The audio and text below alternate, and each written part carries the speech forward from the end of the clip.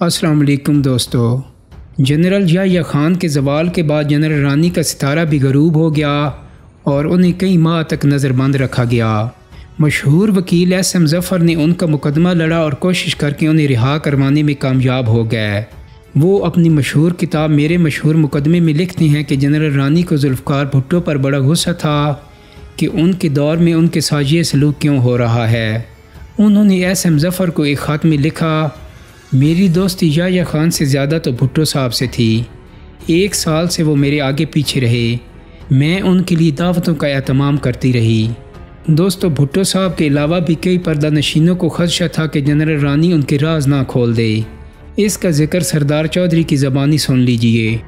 General रानी के पास याह्या खान और उनके साथियों के बारे में मालूमात का तूमार था। उसके बकौल याह्या खान ने नवंबर 1968 में इक़्तिदार पर कब्ज़ा करने की मनसूबाबंदी करना शुरू कर दी थी। वो फ़ौज के तकरीबन हर अहम आदमी को जानती थी और जर्नैलों की रंग रलियों, स्मगलिंग, ज़र अंदोज़ी और दीगर करतूतों पर मबनी बहुत सी कहानियों से वाकिफ़ थी।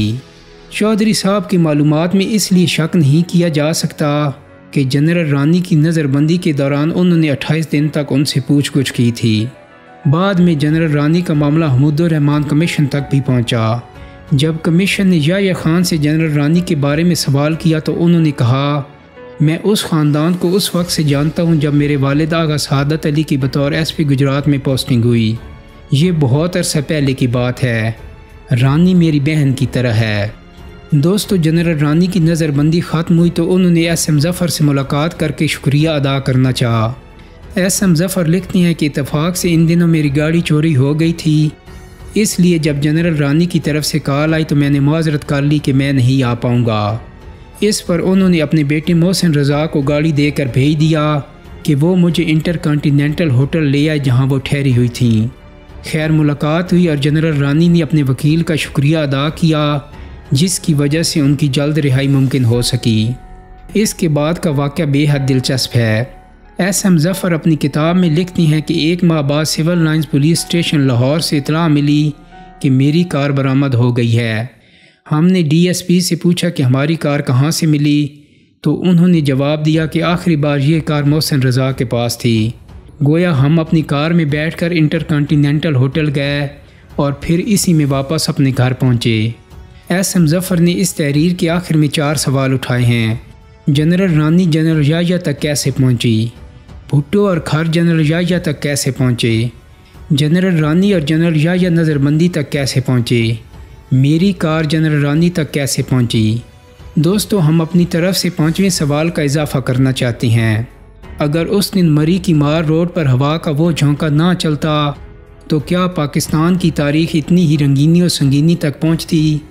ये 60 की दहाई के अवाइल का जिक्र है कि अकलीम अख्तर अपने खामन के साथ मरी की मशहूर मार रोड पर चहलकदमी कर रही थीं।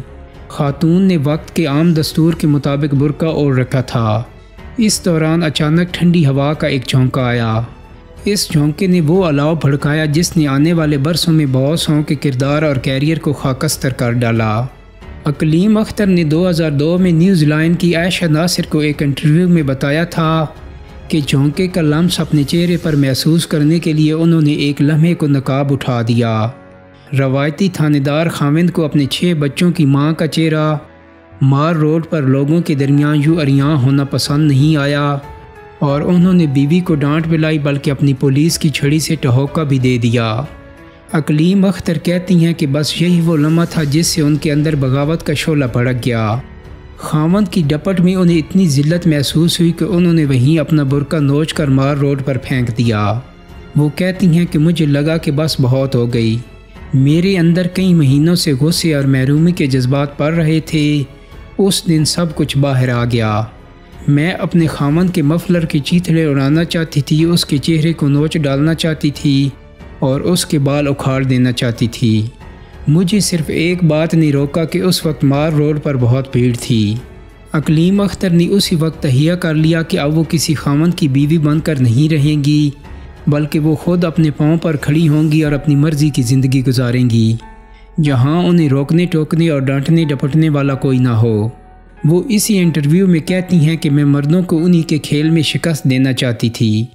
मेरा खामन पुलिस में था, इसलिए मैंने बहुत से ताकतवर मर्दों को देखा था और मुझे एहसास हुआ कि तमाम ताकतवर मर्दों को अपनी भड़ास निकालने की ज़रूरत महसूस होती है और ये भड़ास किसी साथी की सूरत में निकल सकती है। मर्द का ओहदा जितना बड़ा होगा उसकी ये ज़रूरत इतनी ही शदीद होगी। अकलीम अख्तर ने मर्दों की यही ज़रूरत पूरी करने के लिए एक एजेंसी खोल ली जिसमें कई खूबरू लड़कियां उनके लिए काम करने लगीं, जिनमें फ़िल्मों की बाज़ नाकाम अदाकाराएँ भी शामिल थीं। इस मकसद के लिए उन्होंने कराची या लाहौर जैसे बड़े शहरों के बजाय रावलपिंडी का इंतखाब किया। शायद इसकी वजह यह रही हो कि इनकी दो शहरों में नेपर रोड और हीरा मंडी की शक्ल में पहले ही मुकाबला बहुत सख्त था। दोस्तों, इसी दौरान किसी तरह से जनरल याह्या और अकलीम अख्तर के सितारे टकरा गए। ये मुलाकात कहाँ हुई, किन हालात में हुई, इस बारे में मुख्तलिफ रावी मुख्तलिफ कहानियाँ बयान करते हैं। खुद अकलीम कहती हैं कि ये मुलाकात नाव नोश की एक महफिल में हुई थी।